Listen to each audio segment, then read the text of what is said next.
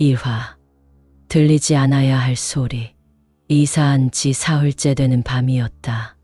나는 책상 앞에 앉아 시험 공부를 하다 말고 이상한 기분에 고개를 들었다. 처음엔 바람 소리라고 생각했다. 창밖에서 나뭇잎이 흔들리는 소리쯤으로 치부하려 했지만 무언가 이상했다. 딸깍 딸깍 딸깍. 시계 소리가 아닌데도 규칙적인 리듬. 그건 내 방문 너머 거실 쪽에서 들려왔다. 나는 펜을 내려놓고 조심스럽게 자리에서 일어났다. 문에 가까이 다가가 귀를 기울였을 때 소리는 분명해졌다. 누군가 발가락으로 마루를 두드리는 소리 같았다. 살며시 그러나 분명하게 딸깍 딸깍. 그 순간 내 심장은 의식적으로 뛰기 시작했다. 엄마일까? 아니면 아빠? 혹시 막내가 잠결에 나왔나? 조심스럽게 문고리를 잡고 살짝 열었다. 그러나 어둠 속 복도엔 아무도 없었다. 소리는 그쳤다. 나는 한참을 문틈으로 복도를 바라보다가 문을 닫았다. 그런데 이번엔 내 방 안에서 책상 서랍이 아주 살짝 열려 있었다. 내가 아까 분명히 닫았던 두 번째 서랍이었다. 나는 그 순간 처음으로 이 집에 대해 불길한 예감을 느꼈다. 나는 조심스럽게 서랍을 닫았다. 딸깍.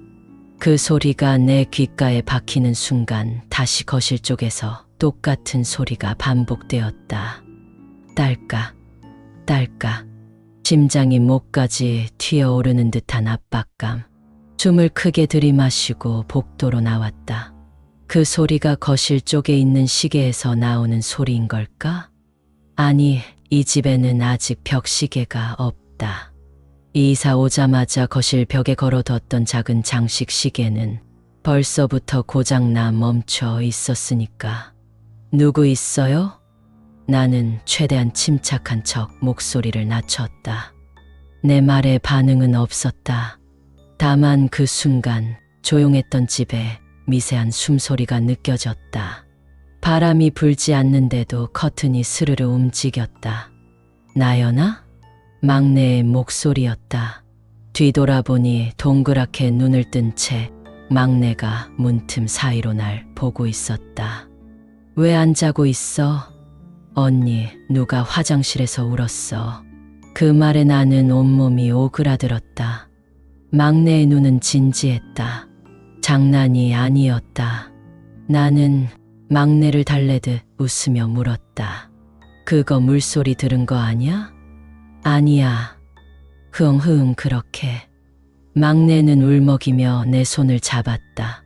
차가운 손, 얇은 뼈가 느껴졌다.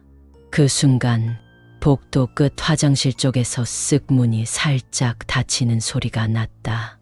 나는 막내를 끌어안고 조용히 속삭였다. 괜찮아. 언니가 같이 가줄게. 손전등을 켜고 조심스럽게 복도 끝 화장실로 향했다. 도중에 멈춰선 나는 문 앞에서 숨을 고르며 귀를 기울였다. 훌쩍, 훌쩍. 울음소리는 여전히 그 안에서 들려오고 있었다. 나는 손잡이를 잡고 천천히 문을 열었다. 텅 빈 화장실. 거울 속 내 모습만이 흐릿하게 떨리며 반사되고 있었다. 하지만 그 순간 거울 뒤편에서 무엇인가 빠르게 지나가는 것 같았다. 나는 본능적으로 뒤를 돌아봤지만 복도는 아무 일 없다는 듯 조용했다. 우리 자자. 내일 일찍 일어나야 하니까. 나는 막내를 다독여서 침실로 데려갔다. 잠자리에 누운 뒤에도 쉽게 잠이 오지 않았다. 커튼 사이로 들어오는 가로등 불빛이 천장에 희미한 그림자를 드리웠다. 그건 분명히 울음소리였어. 나만 그런 걸까? 아니면 네 집 자체가 이상한 걸까?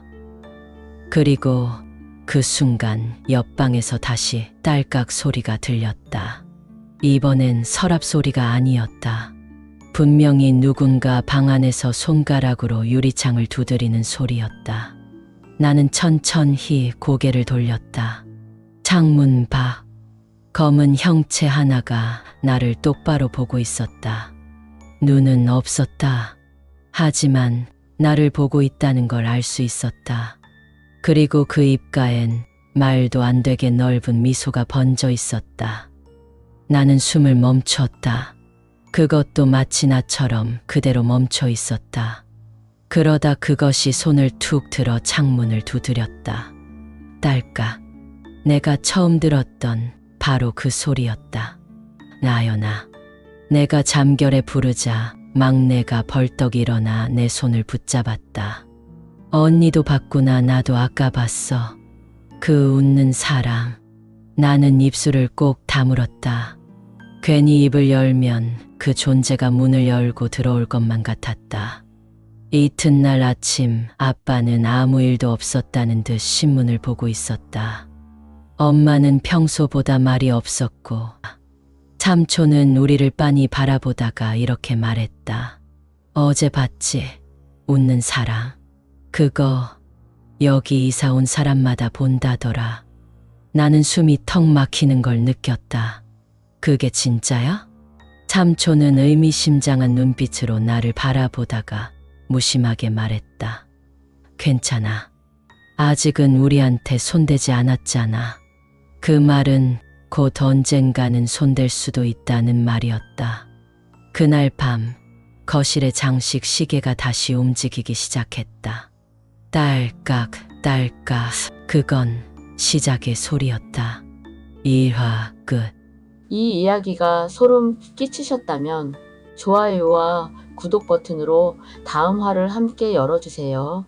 댓글로 여러분의 해석과 느낌을 함께 나눠요.